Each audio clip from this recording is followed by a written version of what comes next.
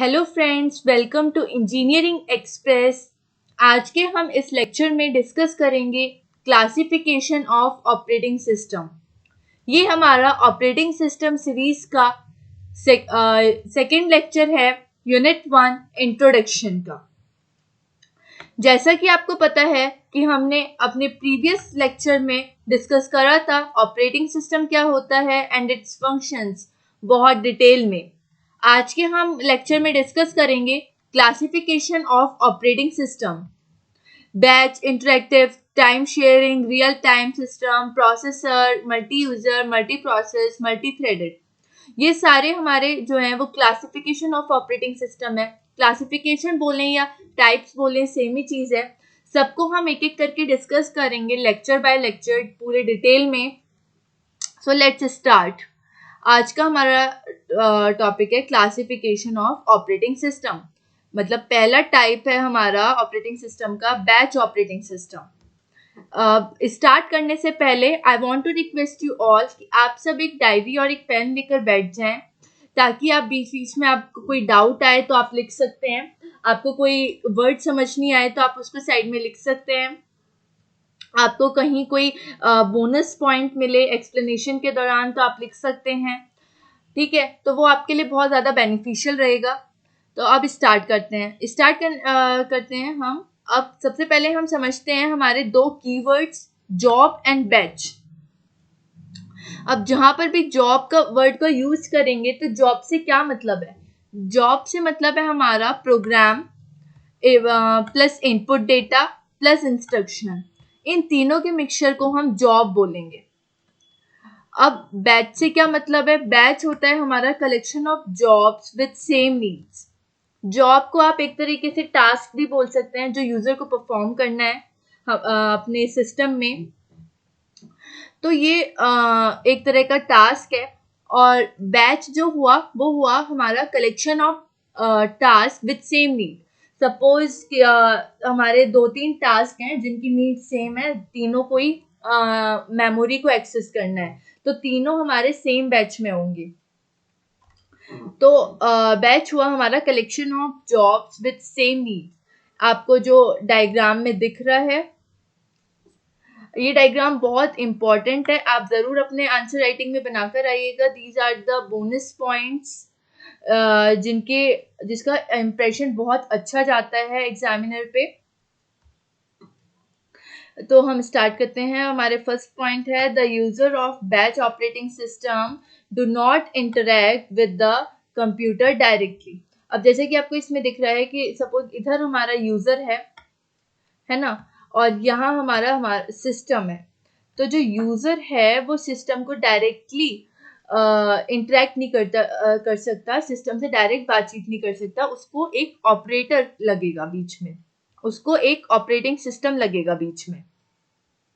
ठीक है, तो वो उसके थ्रू बात करता है। तो अगर हमारे किसी यूजर को अब डायरेक्ट तो बात कर नहीं सकता, तो अब यूजर को अगर कोई टास्क परफॉर्म करना होता है तो वो क्या करता है? Each user prepare their task in the form of punch card and submit it to the computer operator। जो यूजर है वो क्या करेगा? इस वाले टाइप में क्या करता है यूजर? एक कार्ड बनाता है। ठीक है, एक पंच कार्ड है, सपोज एक कार्ड है। ठीक है, इसमें बहुत सारे पंचेस हैं। अब वो जो भी टास्क उसे परफॉर्म करना है वो फॉर्म कर देगा उसके लिए पंच कार्ड। ये हमारी एक लैंग्वेज है।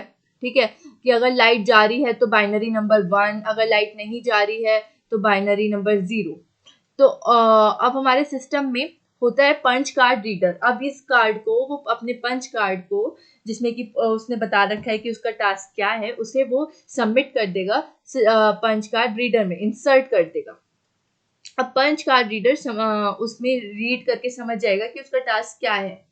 ठीक है, तो अब वो जो हमारा ऑपरेटर है या ऑपरेटिंग सिस्टम है जो हमारा है ना, वो बोलेगा कि ठीक है, आपने पंच कार्ड अपना दे दिया, अपना टास्क बता दिया हमें। ठीक है, अब जब हमारा प्रोसेस हो जाएगा, आपका टास्क, आपका रिजल्ट आ जाएगा तो आपको बता देंगे, तब तक आप वेट कीजिए।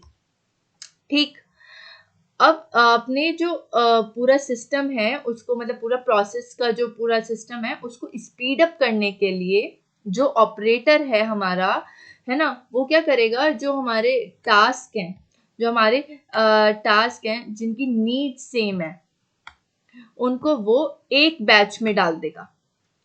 बैच को हम ऐसे भी बोल सकते हैं कि it is the collection of same punch cards. तो वो एक बैच में डाल देगा और उनको एक ग्रुप की तरह रन करेगा। तो job with similar needs are batched together and run as a group. ठीक। अब इस सिस्टम के साथ डिसएडवांटेजेस क्या हैं, क्या प्रॉब्लम्स आती हैं हमारे बैच सिस्टम में। इसका एडवांटेज तो आपका देखो ये हो गया कि बहुत सारा जब डेटा होता है, लार्ज अमाउंट ऑफ डेटा है होता है, तो वो बहुत जल्दी प्रोसेस हो जाएगा। ठीक है। अब डिसएडवांटेज देखते हैं इसका क्या क्या है। पहला है हमारा lack of interaction between user and job. ये जॉब गलत लिखा है यहाँ पे, सॉरी फॉर दिस मिस्टेक। आप यहाँ पर कट करके लिख लीजिएगा सिस्टम या फिर हमारा प्रोसेसर। तो यूजर और प्रोसेसर के बीच में जो इंटरेक्शन है वो डायरेक्ट नहीं होती, तो लैक ऑफ इंटरेक्शन बोला है। ठीक है। सेकेंड पॉइंट है इसका कि many time CPU is not working properly और नॉट अवेलेबल। जो हमारा सीपीयू है वो कभी कभी अवेलेबल नहीं होता। लाइक बैच वन है, अब बैच वन गया का डेटा गया प्रोसेस होने सीपीयू के पास, तो उसको क्या करना है, कोई इनपुट आउटपुट फंक्शन परफॉर्म करना है पहले, कोई किसी फाइल को ओपन करके उसमें कुछ रीड और राइट करना है। तो इतने जो सीपीयू है वो आइडल कंडीशन में चला जाएगा, वो अवेलेबल ही नहीं होगा। ठीक है। तो इससे क्या होता है, बहुत सारा टाइम वेस्ट होता है और ये सही तरीका नहीं है अपने रिसोर्स का यूज करने का। तो ये हमारा एक डिसएडवांटेज है। और थर्ड पॉइंट है इसमें, difficult to provide the desired priority. Suppose batch one में हमारे 2 पंच कार्ड हैं और बैच 2 में हमारे 3 पंच कार्ड हैं और बैच एन में हमारे 4 पंच कार्ड्स हैं। तो जो 2 पंच कार्ड वाला है वो पहले जाएगा प्रोसेस होने, उसके बाद 3 वाला, उसके बाद 4 वाला। भले ही हमारा जो 2 वाला है, मतलब जो हमारा बैच 1 है, उसका काम कम इम्पोर्टेंट हो as compare to batch N वाले के। इसलिए इसमें ये पॉइंट है कि हमारी जो डिजायर्ड प्रायोरिटी है ना, वो हम इसको प्रोवाइड नहीं कर पाते। अब नेक्स्ट आता है हमारा interactive operating system. Interactive operating system मतलब जिसमें जो ह्यूमन एक बार हमने सपोज, इसमें इसका फंडा मैं आपको बता देती हूँ। इसमें क्या होता है, एक बार जब प्रोग्राम एग्जीक्यूट हो जाता है, एक बार जब प्रोग्राम एग्जीक्यूट हो गया तो बीच बीच में भी आप डेटा एंटर कर सकते हैं। ठीक है। आप उसमें कमांड दे सकते हैं, आप बीच बीच में उसका रिजल्ट चेक कर सकते हैं। ऐसा नहीं है कि एंड रिजल्ट ही आप चेक करेंगे डायरेक्ट और बीच में आप कांटेक्ट कर ही नहीं सकते। इंटरेक्टिव में ये है कि आप बीच, जो यूजर है वो डायरेक्ट डेटा और कमांड बीच बीच में उसको दे सकता है एग्जीक्यूशन के बाद भी। ठीक है। तो यही हम पढ़ेंगे अब इसमें कि the an operating system that allow, जो हमारा इंटरेक्टिव ऑपरेटिंग सिस्टम है वो एक ऐसा ऑपरेटिंग सिस्टम है which allow the user to run interactive programs. इसमें इंटरेक्टिव प्रोग्राम्स रन कर पाता है यूजर। इंटरेक्टिव प्रोग्राम्स मतलब which accept input from a human, जो कि एक्सेप्ट करते हैं इनपुट फ्रॉम अ ह्यूमन, मतलब यूजर का जो इनपुट है वो एक्सेप्ट करते हैं। सेकेंड पॉइंट हुआ हमारा कि interactive operating system are programs that allow user to enter data और कमांड। वही चीज की जो यूजर है वो डेटा और कमांड्स को एंटर कर सकता है एग्जीक्यूशन के बाद भी। एक बार डेटा एंटर करा, एग्जीक्यूट करा, उसके बाद भी वो बीच बीच में मतलब कांटेक्ट कर सकता है प्रोग्राम को। And most popular program such as word processor, जो बहुत ज़्यादा पॉपुलर इंटरेक्टिव प्रोग्राम्स हैं वो हैं word processor and spreadsheet. Mostly all operating systems that are on PCs are interactive. ज़्यादातर सारे ही ऑपरेटिंग सिस्टम जो कि हमारे पीसी में हैं वो इंटरेक्टिव ऑपरेटिंग सिस्टम्स हैं। अब डिफरेंस समझ लेते हैं कि इंटरेक्टिव और नॉन इंटरेक्टिव में क्या होता है। कि जो नॉन इंटरेक्टिव प्रोग्राम्स हैं that doesn't need human contact in between, उनको उनमें ज़रूरत नहीं पड़ती कि ह्यूमंस जो है वो बीच में कांटेक्ट करें, मतलब जो यूज़र हैं वो बीच में कांटेक्ट करें। एक बार वो एग्जीक्यूट हो गया it run continuously once executed और स्टार्टेड। एक बार स्टार्ट हो गया, एक बार एग्जीक्यूट हो गया तो वो कॉन्टिन्यूसली रन करता है। उसमें बीच में जो है ज़रूरत नहीं पड़ती कि यूज़र जो है वो कांटेक्ट करे उसको। ठीक, अब नेक्स्ट पढ़ते हैं टाइम शेयरिंग ऑपरेटिंग सिस्टम। जो टाइम शेयरिंग ऑपरेटिंग सिस्टम है ये काफ़ी इम्पॉर्टेंट है एग्जाम पॉइंट ऑफ व्यू से। ठीक है, इसका फंडा मैं आपको पहले बता देती हूँ। इसमें क्या होता है, इसमें क्या होता है, इसके लिए मैं एक आपको एग्जांपल देती हूँ कि जैसे आप ट्यूशन पढ़ने जाते हैं तो सपोज आपके ट्यूशन टीचर के पास 6 स्टूडेंट्स हैं आपके, है ना, ट्यूशन में स्टूडेंट 1 है, 2 है, 3 है, 4 है, 5 है, 6 है। ये डायग्राम से आप समझ सकते हैं कि सपोज स्टूडेंट 1 है, 2 है, 3 है, 4 है, 5 है एंड 6 है। तो जो आपके ट्यूशन टीचर हैं वो आप सबको 1 घंटा देते हैं, राइट। सपोज आप 4 से 5 पढ़ने चाहते हैं तो आप सबको वो 1 घंटा दे रहे हैं, पर ऐसा नहीं है कि वो सबको अलग अलग 1 घंटा दे रहे हैं। आप सबको वो 1 घंटा दे रहे हैं पर एक ही टाइम पे 1 घंटा दे रहे हैं। ऐसा तो नहीं है कि सबको बुलाकर अलग अलग 1 घंटा दे रहे हैं, नहीं ना, वो सबको एक ही घंटा देते हैं और एक ही टाइम पे देते हैं। तो वही चीज़ हमारी टाइम शेयरिंग है। बट वो सबके बीच में स्विच बहुत जल्दी जल्दी करते हैं कि आपको लगता है कि आप सबको एक ही साथ आपका सबका काम हो रहा है। अब इसे पढ़ते हैं। Time sharing is a technique which enables many people to use a particular computer system at the same time। अब टाइम शेयरिंग ऑपरेटिंग सिस्टम में बहुत सारे यूजर्स जो हैं वो एक ही टाइम पे, ठीक है, एक ही टाइम पे जो प्रोसेसर है उसे एक्सेस कर सकते हैं, उसे यूज कर सकते हैं, कंप्यूटर सिस्टम को यूज कर सकते हैं एक ही टाइम पे। सेकेंड पॉइंट है processors time which is shared among multiple user at the same time is termed as time sharing. जो प्रोसेसर का टाइम है, ठीक है, सपोज वो 1 घंटा दे रहा है, ठीक, तो जो प्रोसेसर का टाइम है विच is shared among multiple users, लेकिन एक ही टाइम पे सबको 1 घंटा दे रहा है, तो उसी को हम टाइम शेयरिंग बोलते हैं, क्योंकि वहाँ जो यूजर्स हैं उनके बीच में टाइम शेयर हो रहा है। Multiple jobs are executed by the CPU by switching between them, but the switches occur so fastly thus the user can receive an immediate response। इसका मतलब ये है कि मल्टीपल जॉब से मतलब मल्टीपल टास्क, जो हमारा सीपीयू है वो मल्टीपल टास्क एग्जीक्यूट कर सकता है इस ऑपरेटिंग सिस्टम में बाय स्विचिंग। किसके थ्रू?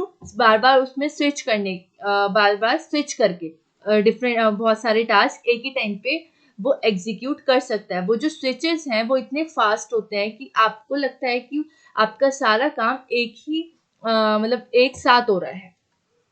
फॉर एग्जाम्पल आप म्यूजिक भी सुन रहे हैं, टाइपिंग भी कर रहे हैं, देन आप अपने फोटो गैलरी में आप फोटोज भी देख रहे हैं, तो आपको लग रहा है आप तीनों चीज साथ में कर रहे हैं, पर साथ में होती नहीं है। उनके बीच में जो स्विचेस हैं वो बहुत जल्दी जल्दी हो रहे हैं।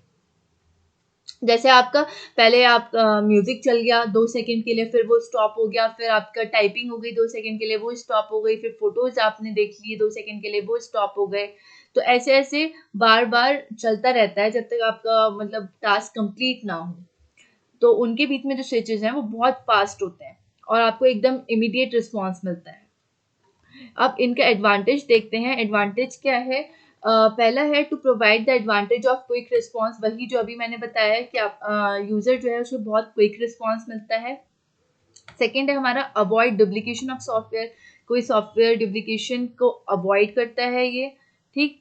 अब थर्ड है हमारा रिड्यूस सीपीयू अनअवेलेबल टाइम। अभी हमने ऊपर पढ़ा था जो बैच ऑपरेटिंग सिस्टम है उसमें जो सीपीयू है वो कुछ टाइम के लिए अनअवेलेबल हो जाता है जब तक कि बैच 1 का जो काम है वो पूरा ना हो जाए, तो वही टाइम को ये रिड्यूस करता है। तो ये इसका एडवांटेज हुआ। अब पढ़ते हैं इसके disadvantage. Disadvantage, it is not trustworthy, ये बिल्कुल भी ट्रस्टवर्दी नहीं है, क्योंकि ये बहुत जल्दी जल्दी स्विच कर रहा है, तो हो सकता है कि बीच में आपका जो सिस्टम है वो हैंग हो जाए। क्योंकि इतनी जल्दी जल्दी स्विच करने से आपके सिस्टम पर काफ़ी लोड पड़ता है। तो ये बिल्कुल भी ट्रस्टवर्दी नहीं है। आपका हो सकता है डेटा बीच में करप्ट हो जाए, कोई फाइल करप्ट हो जाए इतनी जल्दी जल्दी स्विच करने के चक्कर में।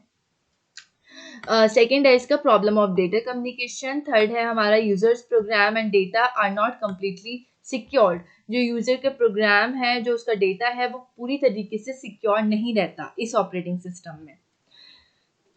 ठीक है, क्योंकि बहुत सारे यूजर्स जो हैं वो एक साथ एक्सेस कर रहे हैं, तो उनका जो डेटा है वो लीक होने के चांसेस बने रहते हैं, इसलिए वो कम्प्लीटली सिक्योर्ड नहीं है ये सिस्टम। अब फोर्थ आता है हमारा मल्टी प्रोसेसर ऑपरेटिंग सिस्टम। ठीक, आपका ये डायग्राम बहुत इंपॉर्टेंट है और ये टॉपिक भी। ठीक है, आप ध्यान से पढ़िएगा इसको। पहला point, multi processor system have more than one processor in communication. अब मल्टी प्रोसेसर नेम से ही ये क्लियर है कि इसमें एक से ज़्यादा प्रोसेसर होते हैं, जैसे कि डायग्राम से भी आप देख पा रहे हैं कि हमारे डायग्राम के थ्रू कि इसमें एक से ज़्यादा प्रोसेसर होते हैं, राइट। सेकेंड पॉइंट है हमारा दे शेयर कंप्यूटर बस, memory and other peripheral devices. ये जो हमारे जो ये प्रोसेसर्स हैं वो हमारे क्या क्या शेयर करते हैं। ये शेयर करते हैं हमारा कंप्यूटर बस। बस क्या होती है? बस वो वायर्स हैं, सेट ऑफ वायर्स हैं जिनके थ्रू जो डेटा है हमारा वो एक उस पे से कंपोनेंट से दूसरे कंपोनेंट में शेयर होता है, ठीक है, फ्लो करता है। तो वो हमारा होता है डेटा बस। और क्या शेयर करते हैं ये? मेन मेमोरी शेयर करते हैं और अदर डिवाइसेस। पेरिफेरल डिवाइसेस मतलब वो इनपुट आउटपुट डिवाइसेस जो कि कंप्यूटर का पार्ट नहीं होते बट उससे कनेक्टेड होते हैं, तो उन्हें ये शेयर कर रहे होते हैं, राइट।